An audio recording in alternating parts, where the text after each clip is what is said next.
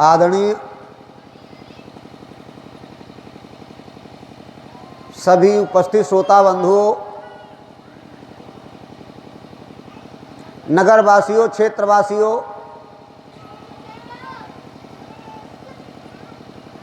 संत भगवान, हम सभी पवित्र आत्माएं इस संत आश्रम पर विराजमान है सत्संग को सुनने के लिए। सत्संग में वही लोग पहुंचते हैं जिनके ऊपर ईश्वर की दया होती है, बाकी कोई पहुंच नहीं सकता, क्योंकि सत्संग से पवित्र दुनिया में और कुछ नहीं है। सत्संग ज़्यादा कीमती और कोई चीज़ नहीं है, इसलिए सत्संग में पवित्र आत्माएं ही पहुंच पाती हैं, बाकी कोई नहीं पहुंच सकता। हम सब आके पहुंचे। सत्संग में पहुंचने से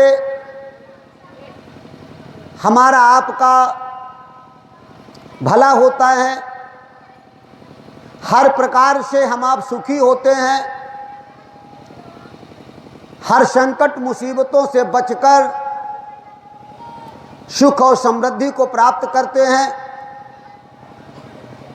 अंत समय में मुझे परमात्मा का धाम प्राप्त होता है। ये सारी बातें सत्संग से ही प्राप्त होती हैं।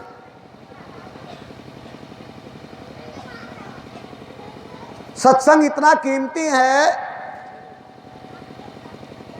जैसे आप भोजन खाने जाओ, 2-4 कदम चलो,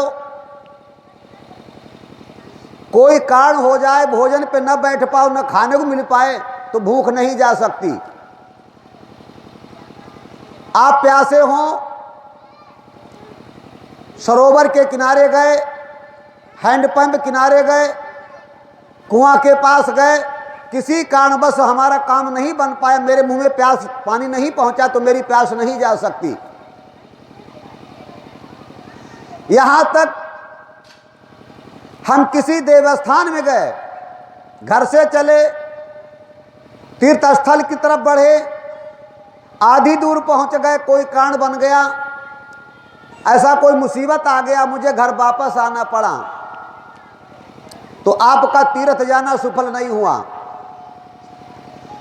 कभी कभी हम ऐसी जगह पहुंच गए, देवस्थान के पास पहुंच गए, वहीं से मुझे वापस होना पड़ा, तो मन में आया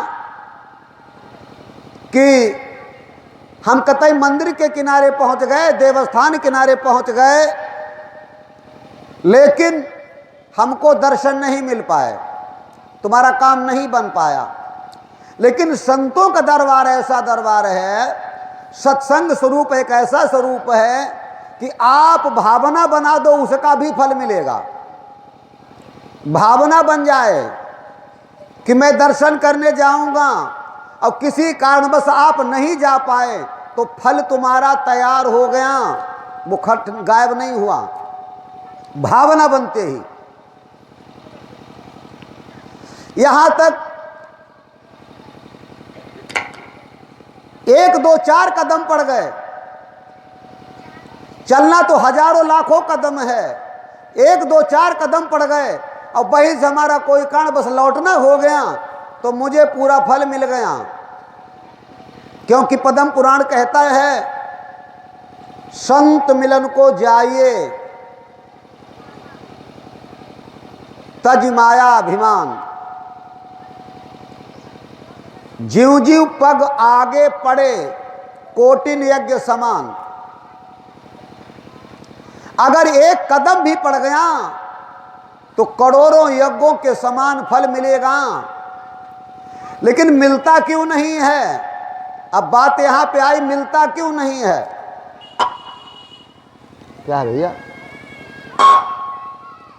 कहाँ मिलेगा, लेकिन मिलता क्यों नहीं है? मिलता इसलिए नहीं है कि जैसा संत महात्माओं ने बताया वैसा हम कर नहीं पाए। जो कानून बताया गया, जो नियम बताया गया, मैंने उनको पूरा निभाया नहीं। कोई व्यक्ति कहता है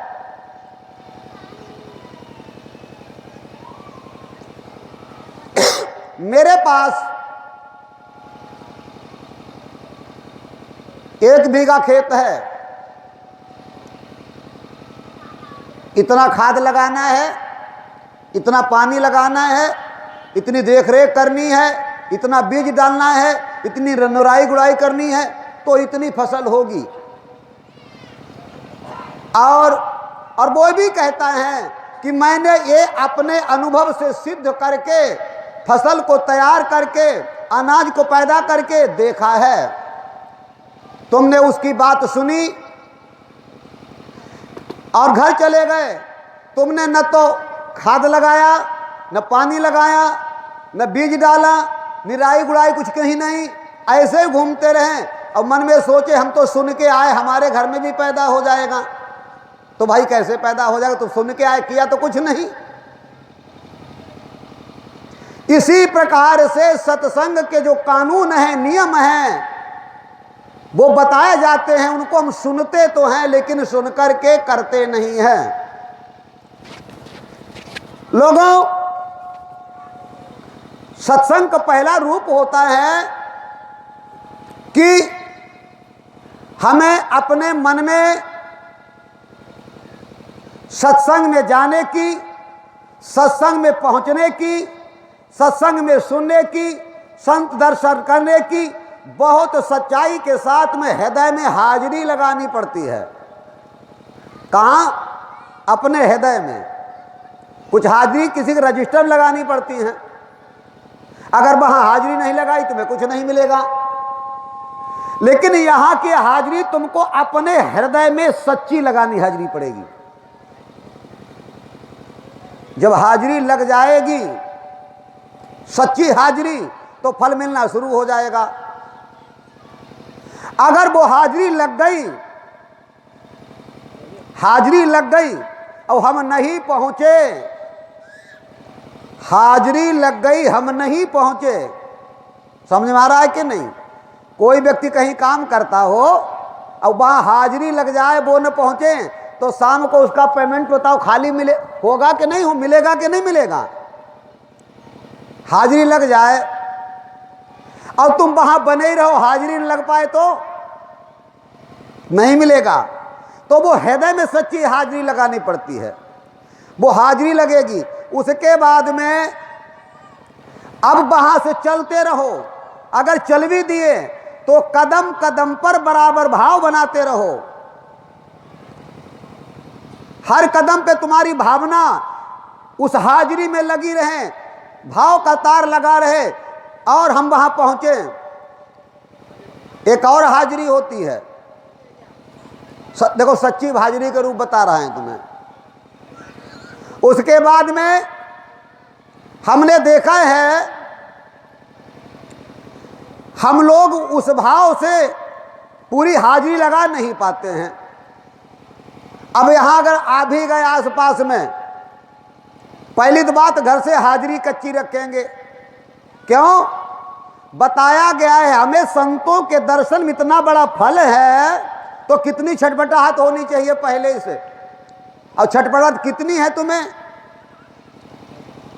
कि अरे वो 2 बजे चालू होगा, 3 बजे बैठेंगे, हम 4 बजे पहुंच जाएंगे, बाद मिलेंगे, अपनी बात कह देंगे, बहुत रात बहुत रात, और घर ही भाजी आएंगे। जहां हाजिरी है तुम्हारी, बस समय से पहले, अति समय से पहले पहुंचकर अगर तुम्हें दर्शन नहीं होता, वाणी नहीं मिलती है, वो तुम्हारी सभी मजदूरी इकट्ठी होती है। एक एक दाना जोड़ के रास बनता है, लिखा गया है। बूंद बूंद जोड़ के समुद्र बन जाता है। समुद्र कोई चीज थोड़ा ही है। एक नदी, 2 नदी, 10 नदी, 100 नदी, ये जैसे आपके पास नदी बह रही है, ऐसी लाखों करोड़ों नदियां जो हैं जब जाकर समुद्र में मिलती हैं तब वो जल ज्यादा होता, तब उसका नाम समुद्र होता है। ऐसे ही तुम्हारे अंदर में सत्संग के प्रति, संत के प्रति, सदगुरुओं के प्रति हर भावनाओं का बूंद बूंद इकट्ठा हो जाएगा, मिलन का, तो एकदम प्रेम का समुद्र बन जाएगा और वहीं पे सारे सुख प्राप्त हो जाएंगे। तब तक नहीं। और शुभारंभ हुआ, यहां पर पता लगा हम प्रवचन करने नहीं आए, अकेले बैठे वो वंदना कर रहे। वंदना में भी तुम्हारी हाजिरी है, खाली मेरी बात सुनने में हाजिरी नहीं है। हमारे बाल देख लो, हमको देख लो, ये हाजिरी नहीं है हमारी। तो हमको देखने से हाजिर हो जाए। अगर हमको देखने से हाजिरी हो जाती तो हम अपने गांव में टहलते रहते, पूरे सबकी हाजिरी हो जाती, सब बैकुंठ चले जाते। रात दिन हम टहलते हैं। एक से बोलो श्री सदगुरुदेव महाराज की जय। है नहीं?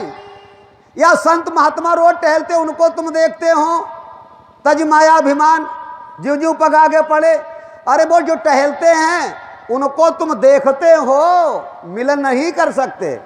मिलन पल दो पल का होता है। और रही बात ईश्वर की, परमात्मा की,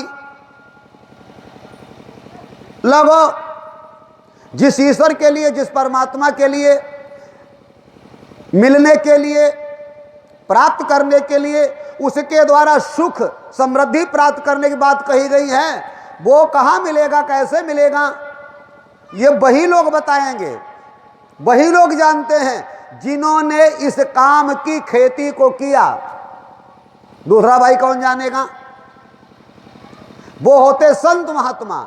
जैसे किसानी करने का काम किसान जानता है, डॉक्टरी करने का काम डॉक्टर जानता है, वकालत का काम वकील जानता है, गाड़ी बिगड़ जाए तो उसको बनाने का काम मिस्त्री जानता है। ऐसे ही परमात्मा को मिलाने का, मिलने का काम संत जानते हैं। ये उनका पेशा है, काम है, वो उसके मैकेनिक हैं, दूसरा थोड़ा जान सकता। और वो ये बताते हैं, अरे उसे आओ, अब उनकी बात वो कहते हैं, अरे तुम्हें उनसे मिलना है, उनको ढूंढना है, तो काहे को बावरे हो गए, काहे को परेशान हो। मिलने के लिए कबीर साहब ने क्या बता दिया?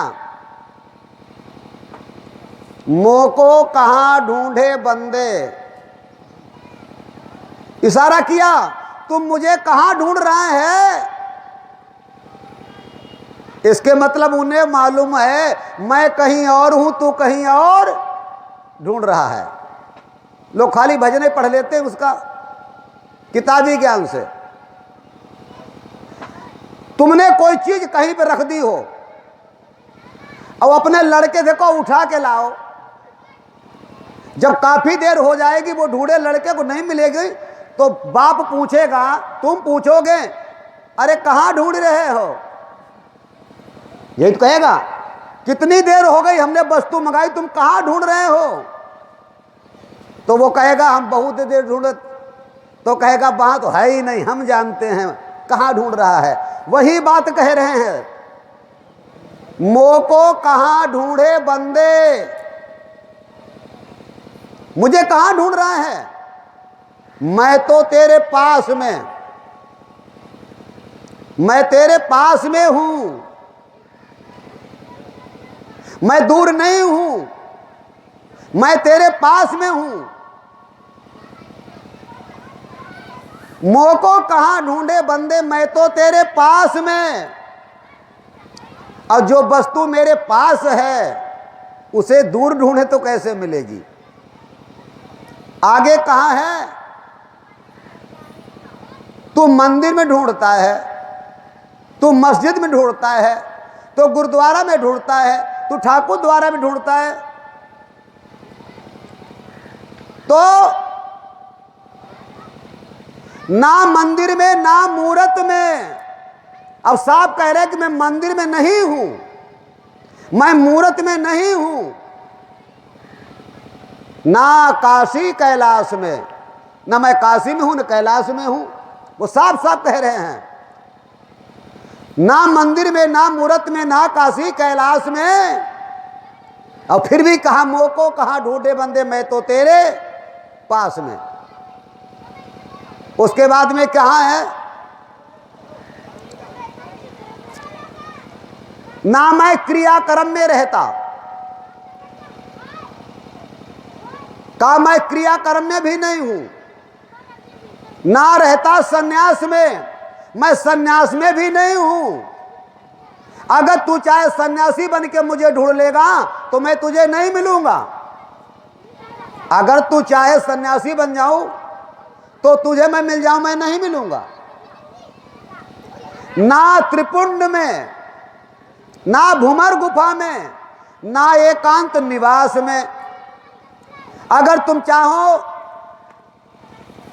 हम एकांत में चले जाएं, वहां कोई मुझे बोले ना, कोई हमसे कुछ कहे ना, हम आंखें बंद करे बैठे रहे, वहां आ जाऊं, मैं वहां भी नहीं आऊंगा। ना मैं जप में, ना मैं तप में, ना मैं जप में, ना मैं तप में। ये कहाँ है?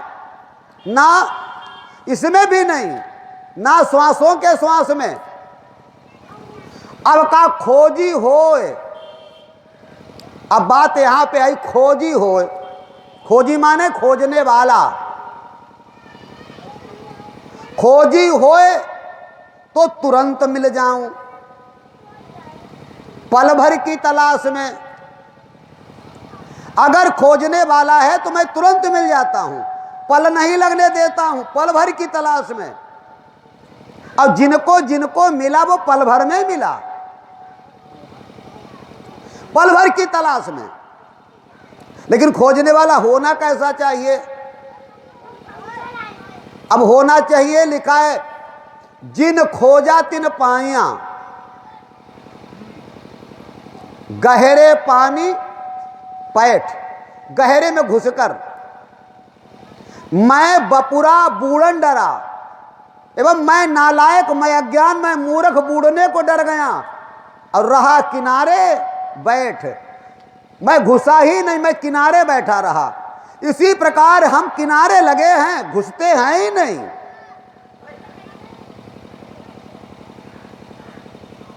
रहा किनारे बैठ।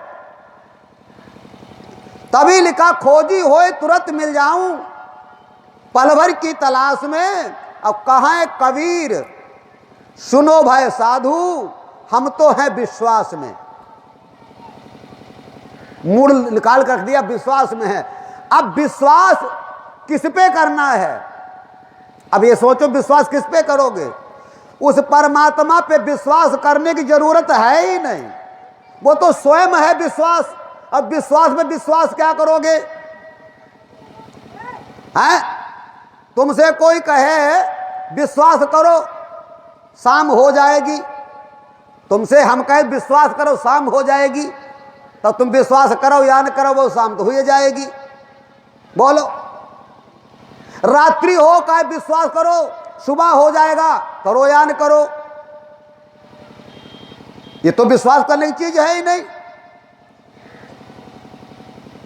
इससे कोई लेना देना नहीं। कोई आदमी से कह दो तुम विश्वास करो मरी हो ना, वो तो मरी जाइए, विश्वास करो न करो। ईश्वर की बनाई सत्ता में ईश्वर पर विश्वास करने की जरूरत है ही नहीं ना, जरूरत है भाव बनाने की। विश्वास की जरूरत कहां है? एक से बोलो श्री सद्गुरुदेव भगवान की जय। विश्वास की जरूरत नहीं, भाव की जरूरत है। अरे विश्वास की जरूरत कहां है? परमात्मा को भाव की। और कहा है कि भाव का भूखा है, हैं? अगर विश्वास की जरूरत परमात्मा को होती तो उसे पैसा के द्वारा विश्वास बंधाकर जीत लिया जाता, फिर शायद विदुर जी के घर में साग की कीमत नहीं होती। क्यों? साग में भाव था, विश्वास नहीं था। भाव। अरे ये भी तो विश्वास नहीं था कि इसमें स्वाद होगा। नरसिंह जी जो थे बिना नमक का बथुआ लेकर बढ़ाए। क्या नरसिंह को विश्वास था कि इसमें स्वाद होगा? बोलो, होगा? भाव था, यही मेरे है तेरा तुझको अर्पण, ये भाव था, विश्वास नहीं था, भाव था। शबरी ने राम को जूठे बेर खिलाए, क्या उसको ऐसा विश्वास होगा इतने बड़े चक्रवर्ती सम्राट के बेटे हमारे घर खा लेंगे? नहीं, ये भाव था, भाव था। संतों ने बंधाया था विश्वास। भाव ऐसा परोगे, अगर भाव में दम है तो बेर बेरों से ज्यादा और कोई चीज होगी उसको भी खाने को आ जाएंगी। संत कहते हैं, सदगुरु कहते हैं, विश्वास करो महापुरुषों पर। किसका करना है तुम्हें विश्वास? महापुरुषों का, भगवान पे नहीं, महापुरुषों पे। भगवान विश्वास करना नहीं करना है। जैसे महापुरुष जब बोलते हैं तो ऐसा बोलते हैं, और इन पर विश्वास करो। कबीर साहब ये नहीं कह रहे कि भगवान पर विश्वास करो, महान पुरुषों की वाणी पर विश्वास करो। अब विश्वास करोगे काहे पर? भाव बनाने के लिए, अपने को बदलने के लिए। आज हम आपको भगवान पे विश्वास है लेकिन महापुरुषों पे विश्वास नहीं है। भगवान विश्वास है बहुत ज्यादा, महापुरुषों पे नहीं। देवी देवताओं पे विश्वास है ज्यादा, विश्वास है महापुरुषों पे। जब विश्वास हो जाएगा तो भाव पैदा हो जाएगा, और ऐसे तुम्हारा विश्वास बना रहा तो भाव पैदा ही नहीं हो सकता। हाँ, अगर भाव पैदा हो जाएगा तो सब कुछ तुम्हारे पास आ जाएगा। इसी विश्वास की जरूरत है, और कोई विश्वास की जरूरत नहीं। जैसे देखिएगा, सुनिएगा, रत्नाकर डाकू ने भगवान पे विश्वास नहीं किया था जो वाल्मीकि बन गए। उन्होंने संत महात्माओं की बात पर विश्वास किया था, तब वो महान बन गए। उसके बाद अजामिल पातकी थे, उन्होंने भगवान पे विश्वास नहीं किया, क्योंकि उन्होंने ये कह दिया मैं भगवान का नाम ले ही नहीं सकता, मुझे शर्म लगती है, तो मैं भगवान का नाम नहीं लूंगा तो मैं तरूंगा कैसे? तो महात्माओं ने कहा मेरी बात में विश्वास करो, तुम्हारे घर में बेटे का जन्म होगा, उसका नाम नारायण रख लेना, उसी का नाम लेना, हम पर विश्वास करो, भगवान पे मत करो। हम पर विश्वास करोगे तो भगवान मजबूरी में यहां आएगा। अजामिल ने किया, संतों की बात पर विश्वास किया। ध्रुव ने भगवान पे विश्वास नहीं किया, अपनी मां की बात पे विश्वास किया। प्रहलाद ने भगवान पे विश्वास नहीं किया, कुम्हार कुम्हारिन की बात पर विश्वास किया कि देखो मैं ऐसा बता रहा हूं, ऐसा करो, और उन्होंने वैसे ही किया। क्यों? भगवान की बात में तुम विश्वास नहीं कर सकते, क्यों? भगवान मूक है, वो बोलता नहीं है। कभी भगवान बोलेगा आसमान से कि अब धूप निकालने वाले हैं, तुम विश्वास करो? नहीं बोलेगा। हम बरसात करने वाले हैं, हम आंधी लाने वाले हैं, या अब हम अंधेरा हटा, ये बोलेगा? तो विश्वास क्या करोगे? जब बोलेंगे महापुरुष ही बोलेंगे, संत महात्मा बोलेंगे, उन्हीं की बात पे विश्वास करना है। संत भगवान की जय। तो कहा गया मोको कहा ढूंढे बंदे मैं तो तेरे पास में, खोजी होए तुरंत मिल जाऊं पल भर की तलाश में, कहाँ है कबीर सुनो भाई साधु हम तो हैं विश्वास में। विश्वास का मतलब होता अंतर पटका। अभी मैंने बताया भावनाओं की सीढ़ी बना दो। हाँ, एक अध्यात्म कथा में आया है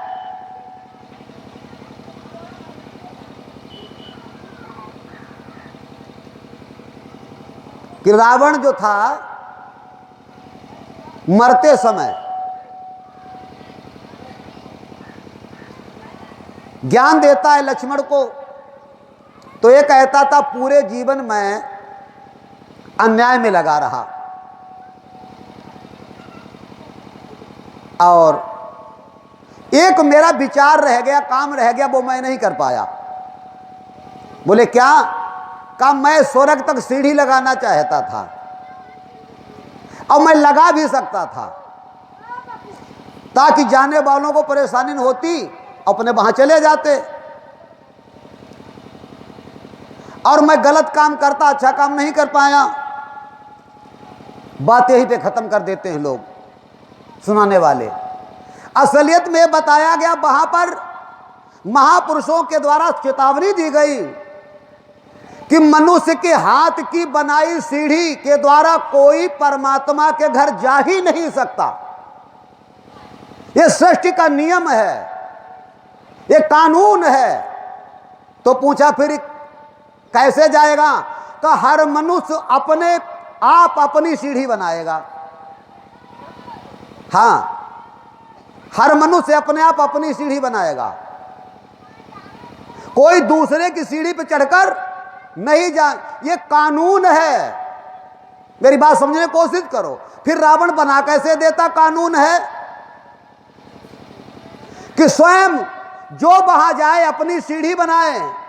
अब वो सीढ़ी तुम्हारी होगी जिसमें लोगों दो डंडे होंगे, एक सत्य का होगा, दूसरा धर्म को होगा, बल्लियां बड़ी बड़ी स्वर्ग तक जाने के लिए, और बीच बीच में डंडे होते तुम्हारे अच्छे कर्म के, अच्छी भावनाओं के, अच्छे विचारों के, और उन्हीं पे पैर रख करके तुम वहां जा सकते। और उसका तुम्ही को सीढ़ी बनानी है, तुम्हारी सीढ़ी तुम्हारे लिए, दूसरे के लिए नहीं है। ये विश्वास करो, यही बात का विश्वास करना है, और कोई सीढ़ी नहीं। तो रावण ने कहा अगर ऐसी बात है तो अब हम दुखी नहीं हैं। रावण को भी खुशी हुई। देखो, महापुरुषों की बात को समझा रावण ने भी, वो भी अंत समय में। चलो अंत में ज्ञान आ गया तब भी अच्छा है। रावण विचार करता है मैं इतना बड़ा पातकी हूं, इतना गलत करने वाला हूं, इसके मतलब अब मैं भगवान के घर जा सकता हूं। क्यों? जब भावनाओं की सीढ़ी के द्वारा वहां चढ़ेंगे तो रावण ने भावना बनाना शुरू कर दी। अब भावना बनाने में रुपया पैसा लगा, तन की ताकत भी नहीं लगती है। ये भी याद रखो, किसी को पानी पिलाने के लिए हाथ की जरूरत, शरीर चलन, भाव सबसे पहले यह शुरुआत है। भाव पहला यही है स्विच, पहली शक्ति भाव। भाव बनेगा तभी सब कुछ चलेगा, भाव बनेगा तब मन चलेगा, तभी तन चलेगा, और बचा हुआ धन चलेगा।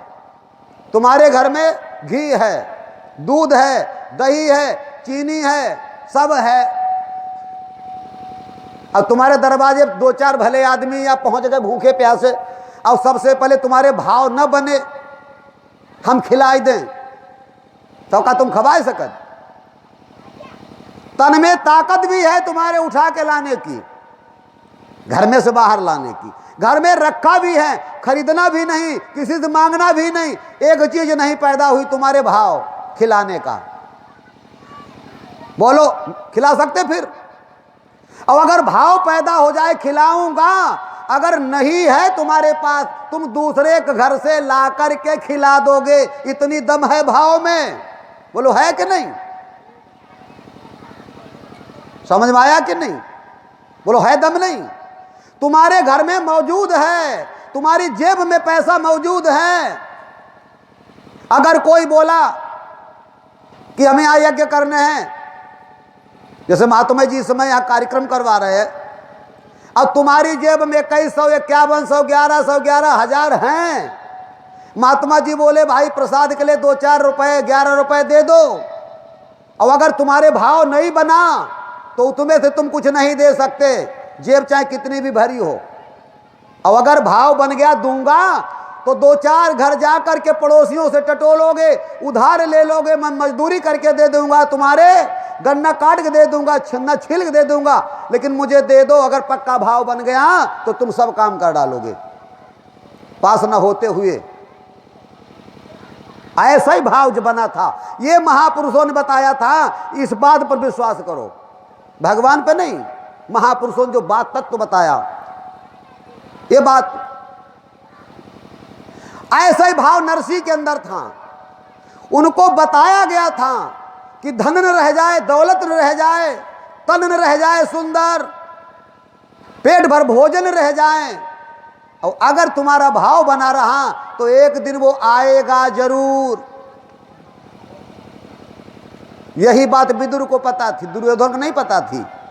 दुर्योधन को यह पता था धन दौलत महल खजाना ऊंचा सिंहासन सोना चांदी होगा तब आएगा, और विदुर को पता था भाव में आएगा। और वहां साग खाने पहुंच गए, नरसिंह बथुआ खाने पहुंच गए, शबरी के बेर खाने पहुंच गए, कि उन्हें भाव का पता था। और हम आपको भाव का पता